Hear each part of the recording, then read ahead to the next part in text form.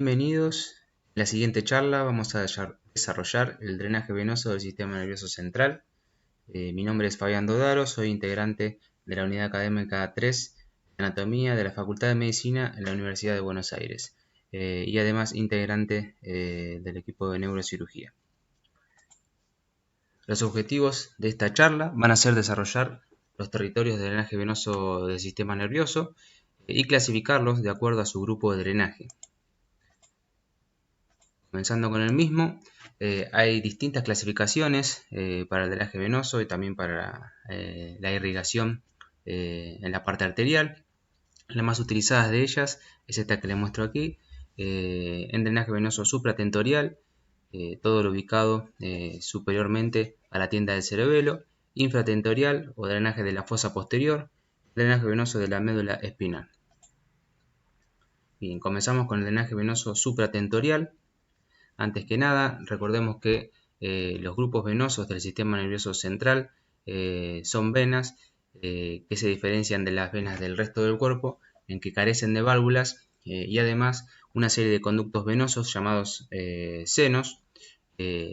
Son conductos venosos rígidos envueltos en las capas de dura madre. El drenaje venoso supratentorial vamos a encontrar venas superficiales y venas profundas, de acuerdo a algunas clasificaciones. Algunas otras la dividen en superficiales, profundas y senos venosos. Al fin y al cabo se incluyen todos los tipos de venas en cualquier clasificación. Las venas cerebrales superficiales, como se muestra en esta foto, podemos clasificarla en 4 grupos. El grupo sagital superior, como su nombre lo indica, o grupo del seno longitudinal superior, son todas aquellas venas de drenaje, mayormente corticales o córtico-subcorticales, que van a desaguar o desembocar en el seno longitudinal superior, ubicado en la línea media entre los hemisferios cerebrales. De esta manera, anterior a posterior, es lógico pensar que vamos a tener venas con nombre de frontales, parietales, occipitales, de acuerdo a los lóbulos los cuales drenan. Otro grupo es el grupo esfenoidal. Este grupo de venas muy relacionada con lo que es la transición entre el lóbulo frontal y temporal a la altura del ala mayor del esfenoides y en relación con el seno esfenoparietal y el seno cavernoso. Todas estas venas corresponden a un grupo tributario preferentemente del lóbulo frontal temporal a nivel de la convexidad o de la cara lateral inferior. Es importante recordar que este seno esfenoparietal va a desembocar en el seno cavernoso. El tercer grupo es el grupo tentorial de las venas superficiales, que como su nombre lo indica, están ubicados a nivel del tentorio o van a desembocar en los senos que corresponden a nivel de la tienda del cerebelo. Entiéndase estos senos como el seno petroso superior y el seno transverso. El cuarto grupo, el grupo falcial o de la hoz cerebral, es un grupo de venas que van a desembocar en última instancia al seno recto a través de venas sobre todo profundas y del seno sagital inferior y la vena cerebral magna de Galeno. Bien. En las siguientes fotos de preparados cadavéricos inyectados podemos ver aquí en la primera el seno longitudinal superior con sus venas tributarias frontales, parietales, dentro de las cuales encontramos también anteriores y posteriores.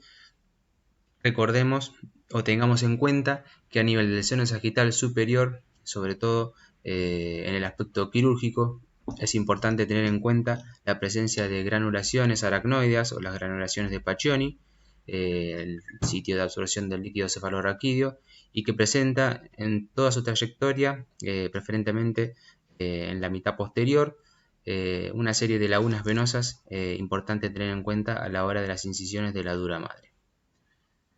En la segunda foto podemos ver las venas tributarias del grupo esfenoidal. En esta sección vemos principalmente la vena cerebral media superficial o la vena siliana superficial, que va a desembocar en el seno cavernoso, aquí rodeando al polo temporal, o también puede ser tributaria del seno esfenoparietal. esta foto una vista inferior del lóbulo temporal para ver el grupo venoso tributario de los senos tentoriales o del grupo tentorial, sobre todo mayormente la cara inferior del lóbulo temporal y occipital. La cuarta foto, preparado cadavérico, una mostración del seno recto, el grupo falcial de venas que recibe al seno longitudinal inferior, que en esta foto se encuentra seccionado, y la vena cerebral magna con todos sus afluentes que vamos a seguir desarrollando. Bien, el seno longitudinal superior, ubicado en la línea media, como dijimos, presenta una serie de lagunas en su trayecto, importantes en el aspecto quirúrgico, y las granulaciones aracnoideas, sitios de absorción del líquido cefalorraquídeo. A los laterales, en este caso sobre la convexidad, se ven las venas tributarias de anterior a posterior, las venas del lóbulo frontal, anteriores y posteriores, venas parietales y occipitales que son afluentes de este seno. Importante también a nivel frontoparietal, una vena anatomótica de gran calibre, que es la vena cerebral, la vena anastomótica superior o vena de Trollard, que va a anastomosarse hacia la fisura lateral, dos venas importantes también que vamos a seguir desarrollando, que son la vena de la B y la vena cerebral media superficial. El seno longitudinal inferior se encuentra en el borde libre de la hoz del cerebro, lo recorre en su totalidad, su dirección de anterior hacia posterior o de rostral hacia caudal, para desembocar en última instancia, anastomosándose con la vena cerebral magna de Galeno hacia el seno recto en la tienda del cerebelo. El seno recto es el sitio de confluencia del seno sagital inferior o seno longitudinal inferior y la vena cerebral magna de Galeno. Se ubica en la línea media, en la tienda del cerebelo, y va a desembocar hacia la confluencia de los senos. En esta foto cadavérica vemos una vista posterolateral en la que vemos la hoz del cerebro, la tienda del cerebelo seccionada en su parte anterior, el lóbulo occipital que fue extraído, acá se ve el atrio, y vemos el seno recto que en un preparado in situ vemos que su dirección, si bien es recta, es oblicua de superior hacia inferior y de anterior hacia posterior. Seno recto formándose luego de la desembocadura de la vena cerebral magna de Galeno y el seno sagital inferior hacia la tórcula o la confluencia de los senos. Seno transverso en dirección medio-lateral se ubica emergiendo desde la confluencia de los senos o de la tórcula, ¿sí? Recibiendo la afluencia del seno longitudinal superior y del seno recto, ubicado y dividiendo las aguas en este caso a nivel supratentorial e infratentorial. El seno transverso es una de las instancias en la que la sangre se vuelca al seno sigmoideo para formar luego la vena yugular interna a nivel del cuello.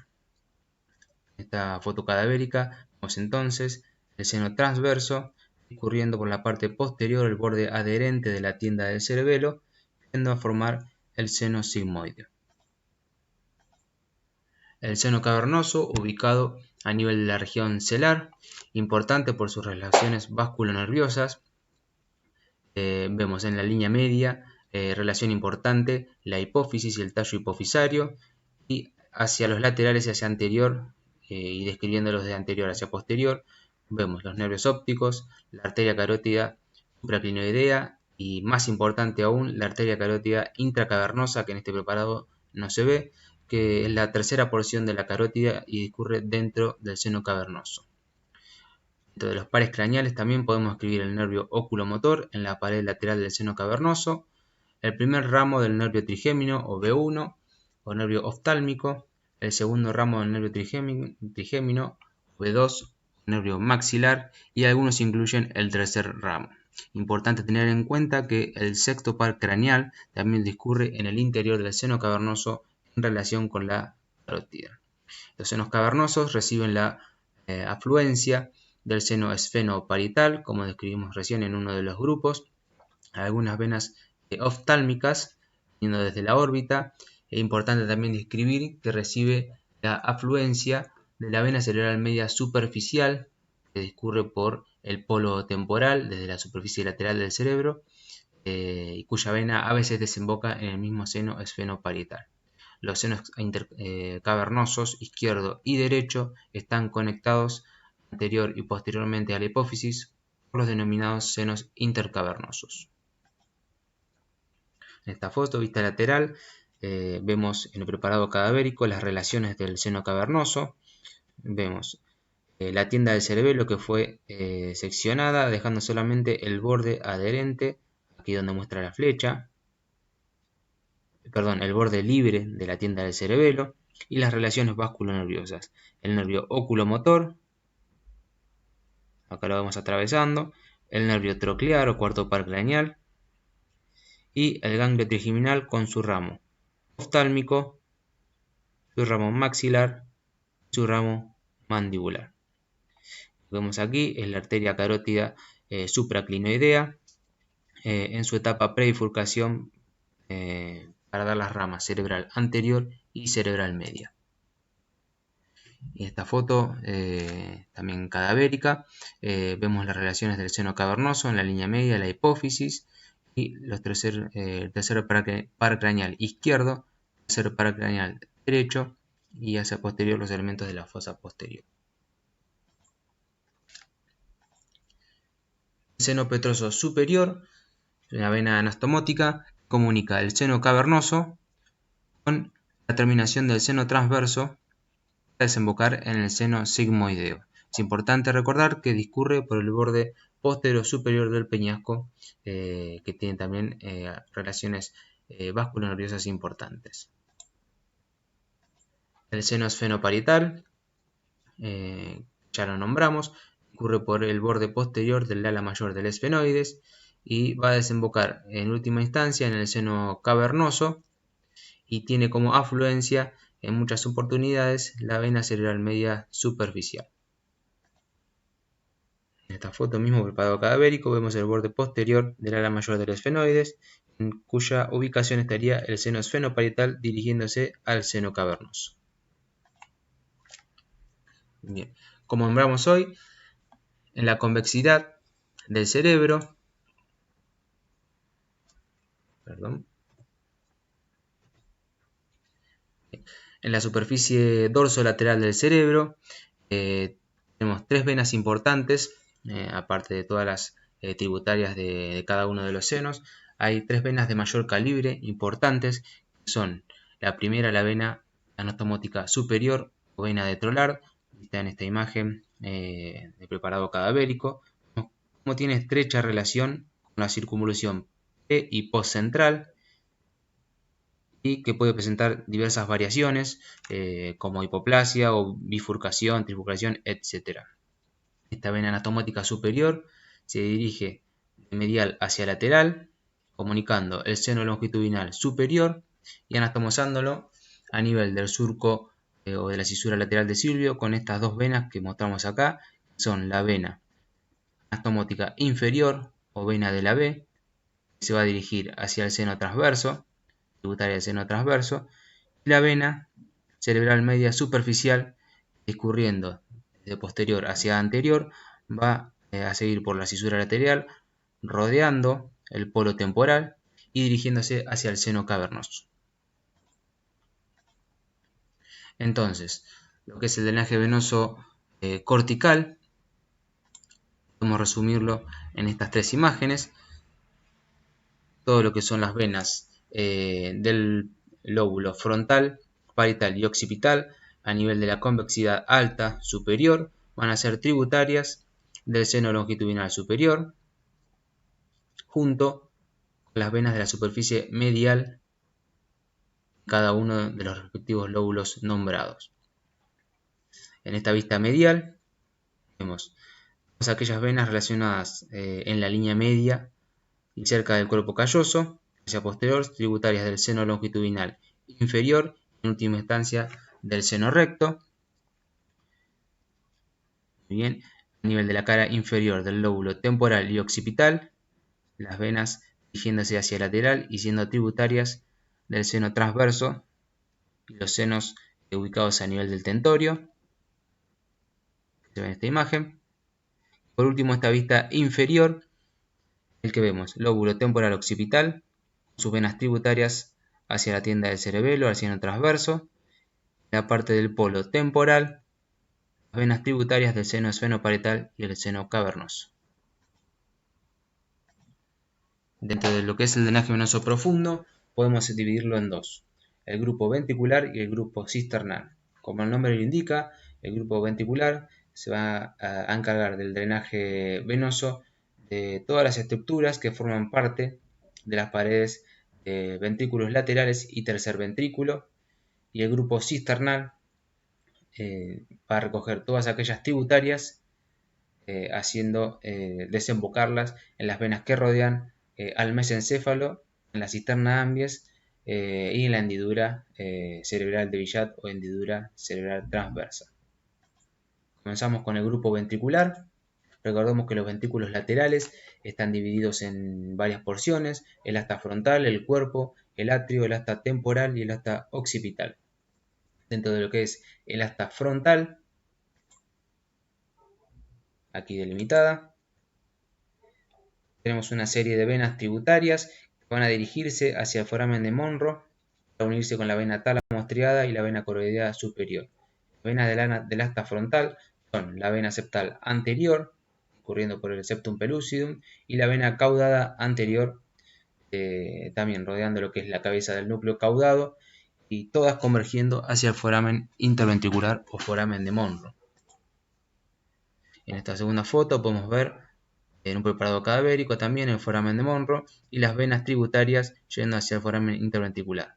Acá tenemos la cabeza del caudado y esto sería el asta frontal del ventrículo lateral.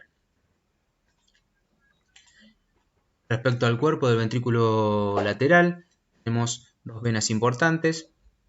Aquí lo delimitamos. Bien, y esas venas van rodeando, van siguiendo el cuerpo del núcleo caudado y la cara superior o dorsal del tálamo junto con el plexo coroideo. Estas venas importantes son la vena tálamo estriada, la vena tálamo estriada, que viene por el surco tálamo estriado o antiguamente llamado octo estriado, recogiendo también el drenaje venoso del núcleo caudado y el tálamo, y la vena coroidea superior acompañando al plexo coroideo. Estas dos venas tienen una dirección anterior y se dirigen también como las venas del asta frontal, convergiendo a nivel del foramen interventricular o foramen de Monro. En última instancia, todas estas venas, una vez atravesado el foramen interventricular, van a formar la vena cerebral interna, que discurre por el techo del tercer ventrículo. Respecto al atrio y el asta occipital, bien, en esta imagen, en este dibujo, podemos ver el atrio desde una vista posterior, el glomo coroideo, el plexo coroideo del atrio rodeando el mismo. Hacia superior tenemos el cuerpo del ventrículo lateral, hacia inferior el asta temporal. Esta sería una vista desde el asta occipital. Vemos un grupo de venas rodeando, siguiendo al plexo coroideo y en las paredes del atrio ventricular. Dentro de las más importantes vemos la vena coroidea superior, que tiene una dirección ascendente y hacia anterior, como describimos recién. La vena coroidea inferior, siguiendo desde el glomo coroideo hacia el asta temporal y en una dirección también hacia anterior, para desembocar en última instancia en la vena basal de Rosenthal. Y esta vena de gran calibre, que es la vena lateral del atrio, que tiene una dirección más transversa y que se va a dirigir hacia medial para desembocar en el grupo de la cisterna cuadrigeminal hacia la vena cerebral magna de Galeno. Y por último, el asta temporal. Importantes estructuras del asta temporal, en este caso es el hipocampo, y hacia el lateral las radiaciones ópticas, y como describimos recién, tenemos una vena importante, que es la vena coroidea inferior, cuyo drenaje venoso se va a dirigir hacia anterior, junto con la vena del asta temporal, en este caso, que van a dirigirse juntas atravesando la fisura coroidea hacia la vena basal o vena basal de Rosenthal. Esta es la vena inferior o ventricular inferior, que junto con la vena coroidea entonces son afluentes de la vena basal. Siguiendo con el grupo ventricular, nos queda el tercer ventrículo, y las venas importantes de esta cavidad son las venas cerebrales internas, recordando con lo que es el trayecto de las venas anteriores. La vena cerebral interna se forma por la anastomosis de varias venas a nivel del asta y cuerpo ventricular y a nivel del foramen de Monro. Recordemos las venas septales anteriores, la vena caudada anterior, la vena tálamo striada y la vena coroidea superior.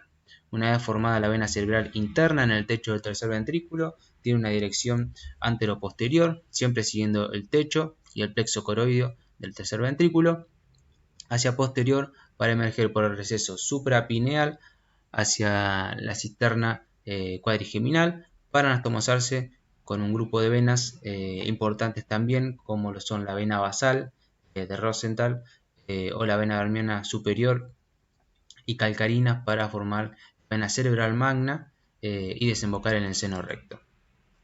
En esta foto cadavérica inyectada vemos acá se abrió el techo del tercer ventrículo y vemos expuestas las venas cerebrales internas, tanto derecha como izquierda, y vemos como la confluencia de las venas tálamo striadas, las venas septales, las venas caudadas anteriores, todas para formar, anatomosarse a nivel del foramen interventricular y formar la vena cerebral interna.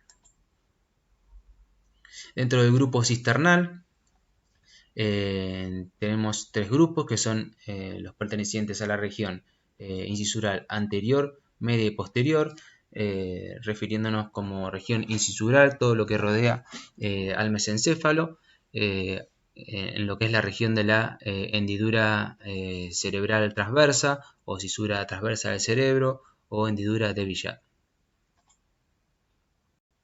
Entonces, la región incisural anterior, todo lo que está relacionado a nivel de la cisterna quiasmática, venas importantes que son la vena silviana profunda o vena cerebral media profunda, que se anastomosa con la vena cerebral anterior para formar o iniciar lo que es la vena basal de Rosenthal.